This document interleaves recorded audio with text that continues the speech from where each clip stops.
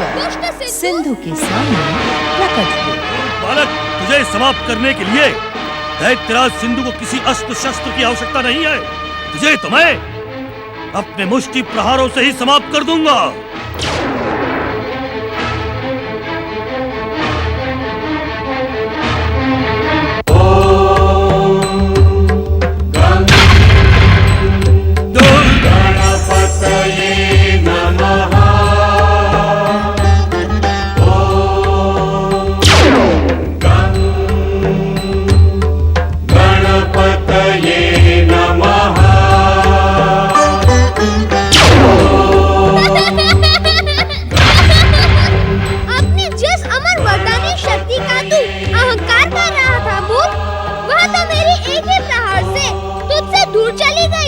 अभी भी समय है दुष्ट, मुझे पहचान। तेरा अंत करने के लिए ही मैंने परम देव श्री महागणेश की इच्छा से यह मयूरेश्वर अवतार धारण किया है। मेरी वरदानी शक्ति नष्ट हो सकती है, परंतु मेरी दानवी शक्ति कभी मेरा साथ नहीं छोड़ सकती। मैं अपनी दानवी शक्ति से तुझे कुचल डालूंगा। अब तक तो मैं तुझे तेरी पत्नी वरुणाक्षी की परम देव श्री महागणेश आराधना के कारण तुझे क्षमा करता रहता था, परंतु अब उसकी आराधना से तेरी दुष्टता अधिक बढ़ चुकी है। अब मैं उन्हीं परम देव श्री महागणेश का स्मरण करके तेरी दुष्टता का अंत करता हूँ। ओम गं गणपतये नमः। ओम गं गणपतये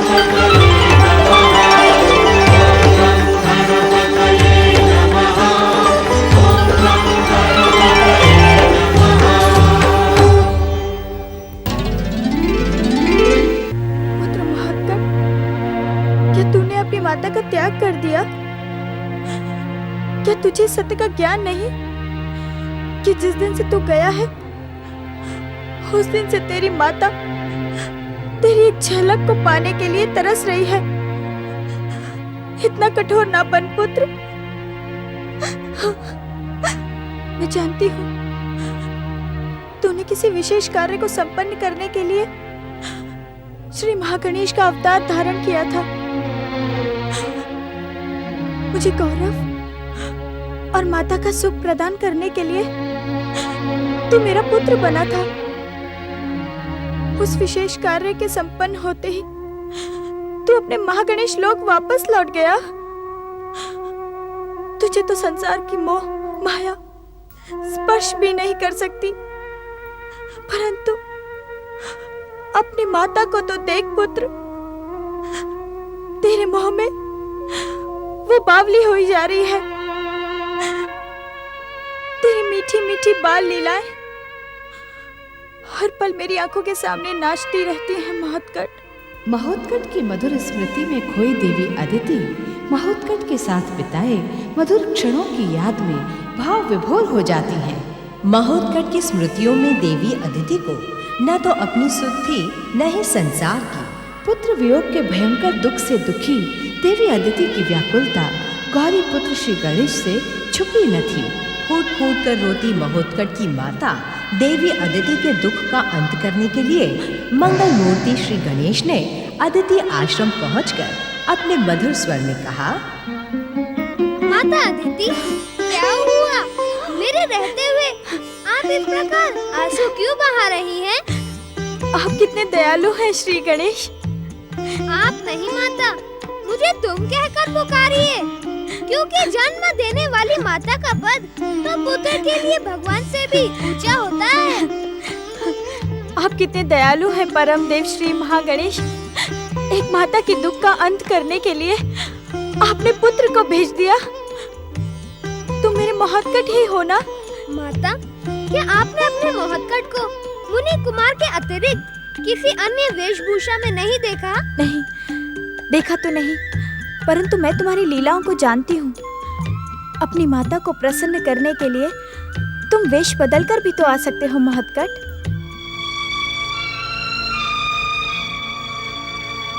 क्या तुम मेरे महोत्कट नहीं हो? माता, क्या कभी ऐसा हुआ है कि कोई माता अपने पुत्र को पहचान न पाए? संदेह न करो माता, परम देव श्री महागणेश के सभी अवतारों का रूप एक जैसा ही होता है। जब आपने पहले पहल मुझे पाने की कामना की, तब मैं आपके सामने प्रकट हो गया था। क्या तुम गौरीपुत्र श्री गणेश हो? हाँ माता, मैं हूँ तो गौरीपुत्र श्री गणेश, परंतु मैंने आपको सदैव ही माता गौरी के समान अपनी माता माना है, इसलिए आज आपके आंसू मुझे यहाँ खींच लाए। पुत्र,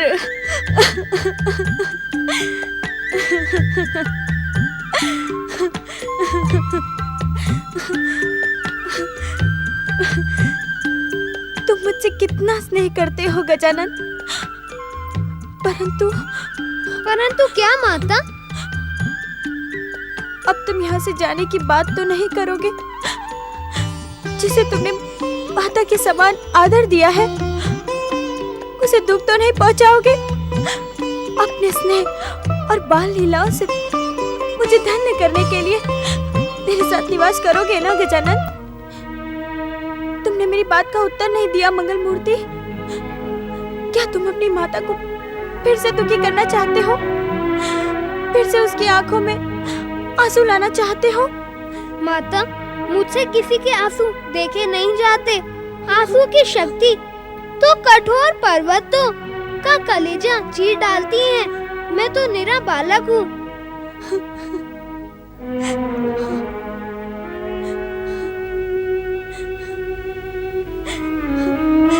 गौरीपुत्र, ये मेरे प्रश्न का उत्तर नहीं है। तुम मुझे बताओ, तुम मेरे साथ रहोगे अथवा नहीं? क्षमा करना माता, मैं माता गौरी से आज्ञा लेकर नहीं आया था। सच तो यह है कि तुम्हारे बहते आंसुओं ने मुझे माता गौरी से आज्ञा लेने का अवसर ही नहीं दिया। भागा चला आया। अब मुझे माता की आज्ञा लेने कैलाश तो जाना ही होगा। तुम कैलाश जाओगे तो तुम्हें माता पार्वती लौटकर आने नहीं देंगी। रो नहीं माता, रो नहीं। यदि तुम रोगी तो मैं भी रोने लगूंगा। मुझ पर विश्वास रखो माता, मेरी बात मानो। मैं माता को शीघ्र ही मनाकर यहाँ लौट कर आऊंगा।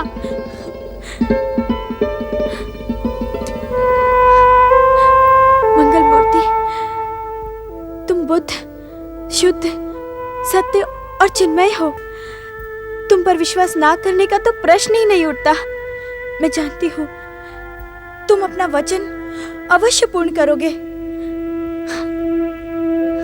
माता, मेरे मन में एक प्रश्न उठा है, यदि आपकी आज्ञा हो तो। मन की बात को मन में दबा देना उचित नहीं होता, उसे उसी समय प्रकट कर देना चाहिए। कहो मंगल मूर्ति। माता, मैं जानता हूँ जब से महोत्कट यहाँ से गए हैं तब से निरंतर आप उनका स्मरण करती रहती हैं। पुत्र वियोग की पीड़ा को शब्दों में नहीं बताया जा सकता। पुत्र और माता का वही संबंध है जो आत्मा का शरीर से, जल का तृप्ति से, आकाश का ऊंचाई से, कस्तूरी का सुगंध से और प्रकृति का सुंदरता से। पुत्र को माँ कैसे भूल सकती है? माता, जिस प्रकार आप महोत्कट का स्मरण करती हैं, क्या आप उसी प्रकार अपनी बहन दैत्य माता दिति का भी स्मरण करती हैं? आपने मेरी बात का उत्तर नहीं दिया माता। दीदी ने कभी ऐसा कोई कार्य किया ही नहीं जिसका स्मरण किया जा सके। बड़ी बहन होने के नाते वो मेरे आदर और सम्मान की अधिकारी हैं। परंतु मैं आपकी पीड़ा को समझता हूँ माता। कैलाश में कभी कभी आपकी दीदी की चर्चा होती है। विधाता ने उनका स्वभाव स्वार्थ के न जाने किस ईंधन से बनाया है। वे कभी संतुष्ट होने का नाम ही नहीं लेती। परंतु देवांतक और नरांतक के संहार के पश्चात मुझे दीदी का कोई समाचार नहीं मिला। वे जहाँ भी रहें सकुशल और स्वस्थ रहें, यही मेरी श्री महागणेश से प्रार्थना है। आप धन्य है माता, धन्य है आपके श्री महागणेश भक्ति। क्या आप दैत्य माता दिति का समाचार जानने को उत्सुक नहीं हैं? यदि उनके जीवन पर कोई संकट है तो अवश्य उत्सुक हूँ। दैत्य माता दिति इस समय अपने पौत्र तारकासुर के पुत्रों के वरदानी महलों में निवास कर रही हैं। तारकाक्ष, कमलाक्ष, विद्युन्माली और शामुखी उन्हें यथा संभव प्रसन्न रखने का प्रयास कर रहे हैं। पुत्र पौत्रों का सुख प्राप्त करके दीदी इस समय अवश्य ही प्रसन्न होगी। प्रसन्न ही तो नहीं होती वो।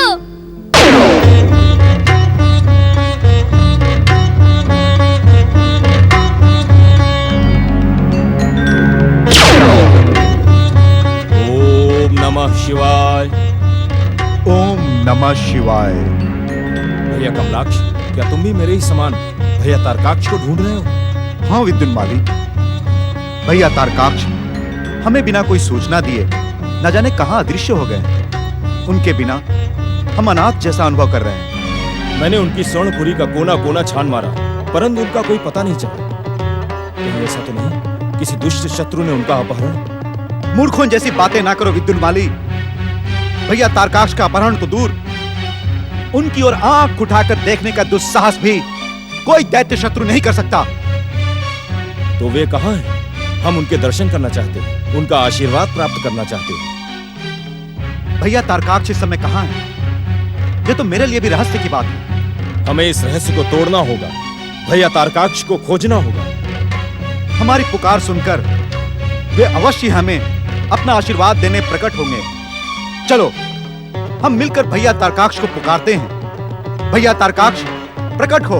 भैया तारकाक्ष, हमें अपना स्नेह प्रदान कीजिए। भैया तारकाक्ष, हम आपके दर्शन प्राप्त करना चाहते हैं। भैया तारकाक्ष प्रकट हो। भैया तारकाक्ष प्रकट हो। भैया तारकाक्ष, भैया तारकाक्ष प्रकट हो।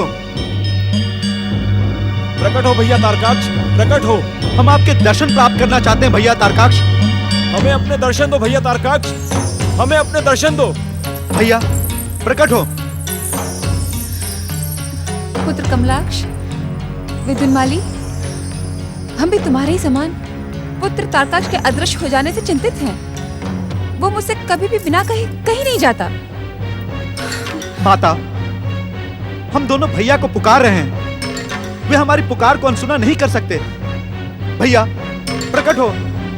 हमें अपने दर्शन दीजिए भैया तारकाक्ष, हमें दर्शन दीजिए। पुत्र तारकाक्ष, पुत्र तारकाक्ष, हम तुम्हारी कुशलता के लिए चिंतित हैं पुत्र। शीघ्र हमारे समीप प्रकट हो। अपनी माता और माता मही की उपेक्षा न करो तारकाक्ष।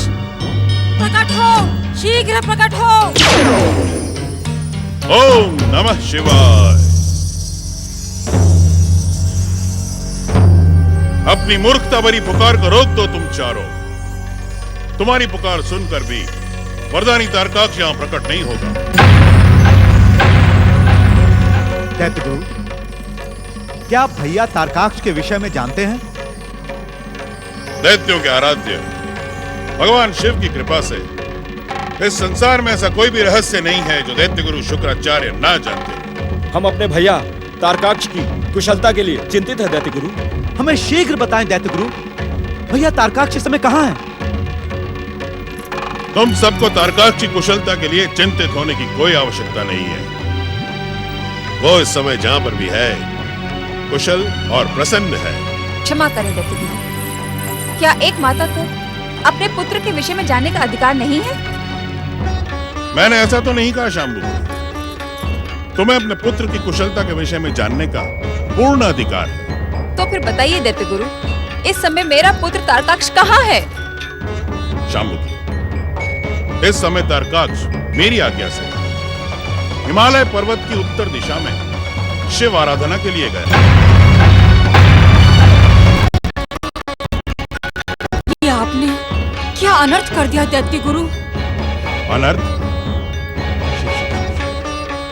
मैं कुछ समझा नहीं वरांगी। आप ये भली भांति जानते हैं दैत्य गुरु कि ब्रह्मदेव ने तारक पुत्रों को वरदान देते समय उनके जीवन की डोर उनके वरदानी त्रिपुरों के साथ जोड़ दी थी। त्रिपुरों से बाहर निकलते ही उनकी वरदानी शक्तियों का प्रभाव। तुम भूल कर रही हो शाम्बू की। तारक पुत्रों के जीवन की डोर उनके त्रिपुरों से नहीं, शिव आराधना से जुड़ी हुई है। जब तक वे अपने आप को शिव आराधना में लीन रखेंगे, तब तक भगवान शिव की कृपा से अमर अजर रहेंगे। दैत्य गुरु शुक्राचार्य, भूल इस समय हम नहीं, आप कर रहे हैं। स्मरण करें, आप नहीं महान दैत्य शिल्पी मैं दानों को हमारे त्रिपुरों में भी शिवालय बनाने की आज्ञा दी थी। तो क्या भैया तारकाक्ष अपने स्वर्णपुरी महल के शिवालय में शिव आराधना नहीं कर सकते? कर सकते हैं, अवश्य कर सकते हैं। तो आपने उन्हें हिमालय प्रदेश में जाकर शिव आराधना करने की आज्ञा क्यों दी दैत्य गुरु? कहीं आप महान दैत्य जाति के विरुद्ध षड्यंत्र करने का दुस्साहस तो नहीं कर रहे हैं? यदि भैया तारकाक्ष का बाल भी बांका हुआ तो दैत्य जाति आपको कभी क्षमा नहीं करेगी। इनको क्षमा करने का समय तो बाद में आएगा। पहले इनसे ये पूछो कि इन्होंने तारकाक्ष को स्वर्णपुरी छोड़ने की आज्ञा क्यों दी? माता वारांगी के प्रश्न का उत्तर दे दैत्य गुरु। इस प्रश्न का उत्तर सुनकर तुम सबको आघात पहुंचेगा। हमारे लिए भैया तारकाक्ष से दूर रहने से अधिक आघात और कुछ हो ही नहीं सकता। तो सुनो, मेरी ही आज्ञा पर तुम अचेत दैत्य माता दीति को कश्यप आश्रम से उठाकर स्वर्णपुरी लाए थे। किंतु दैत्य माता के स्वर्णपुरी पहुंचने के पश्चात तारकाक्ष की शिव आराधना में बाधा पैदा होनी शुरू हो गई। जब मैंने अपनी दिव्य दृष्टि से देखा कि तारकाक्ष शिव भक्ति से दूर हो रहा है, तो उसे बुलाकर हिमालय जाकर शिव आराधना करने का आदेश दिया। ऐसी स्थिति में आपने दैत्य माता दीति को निष्कासित करने के लिए तारकाक्ष को प्रेरित क्यों नहीं किया? क्योंकि वो कार्य अनुचित होता है। दैत्य माता दैत्य जाति के आदर और सम्मान की अधिकारी है। उनके जीवन की सुरक्षा करना हर दैत्य का कर्तव्य है। आप धन्य हैं दैत्य गुरु। दैत्य माता दीति के आने से स्वर्णपुरी का वातावरण दूषित हो गया था। स्वार्थ और ईर्ष्या के निरंतर विस्फोट हो रहे थे। ऐसी स्थिति में कोई शिव आराधना में लीन ये असंभव है। तारकाक्ष को हिमालय प्रदेश भेजकर आपने उचित ही किया है दैत्य गुरु। कमलाक्ष, विद्युन्माली, तुम दोनों भी सावधान रहना। एक क्षण के लिए भी अपना मन शिव भक्ति से दूर ना करना। भगवान शिव की कृपा ही तुम्हारे जीवन की डोर थामे रहेगी।